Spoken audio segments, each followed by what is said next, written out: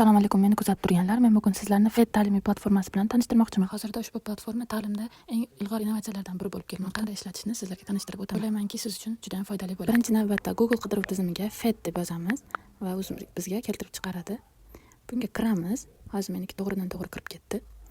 Kirganimizdan so'ng bizga qulay bo'lishi uchun oxiriga tushsak, o'zbek tilini tanlash bor. Xohlasak, o'zbek tilini tanlab olamiz. Mana o'zbek tiliga o'zgardi va o'zimizga kerak fanga kiramiz. Pastroqqa tushsak, bizga interaktiv simulyatsiyalar sonini, tillarga tarjimalar nechtaligini, o'qituvchilar tomonidan berilgan darslar sonini ko'rishimiz mumkin va juda ko'plab ma'lumotlarni ko'rishimiz mumkin. Aytgancha yana oxirrog'iga tushsak, FEDni offline ishlatish yo'l yo'riqlarini ham ko'rishimiz mumkin. Hozir men sizlarga 1-2 ta misol ko'rsatib beraman. Buning uchun xohlagan fanimizga kiramiz. Mana men matematikani tanladim. Matematikani ham boshlang'ich sinflarga moslab juda ko'plab foydali ma'lumotlarni o'rgatsak bo'lar ekan. Buning uchun birinchi raqamni taqqoslashni tanlab oldim. Boshqa misollar ham juda ko'p. Kiramiz. Mana ko'rib o'tganimizdek, o'zimiz tanlab, nechta kerak, nimalar kerak tanlab o'quvchilarga tushuntirishimiz mumkin. Bu juda ham qiziqarli va foydali bo'ladi.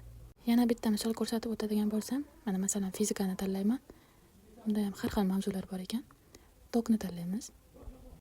Mana kirdik. Ko'rib o'tadigan bo'lsak, bizga tushuntirishimiz uchun detallar beradi.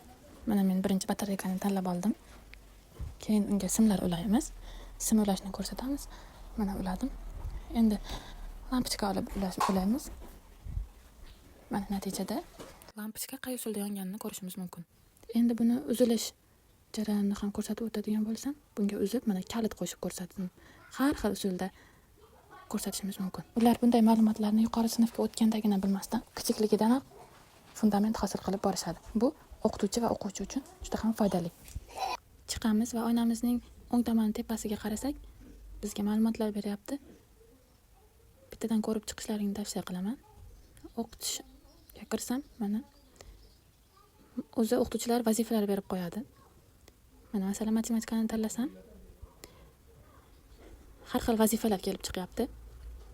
Faqat buni bajarish uchun ro'yxatdan o'tishimiz kerak. Ro'yxatdan o'tishimiz ham unchalik qiyin emas. Maslahatim bu platformadan unumli foydalansa bo'ladi. Sizlarga ham tavsiya qilaman. Rahmat.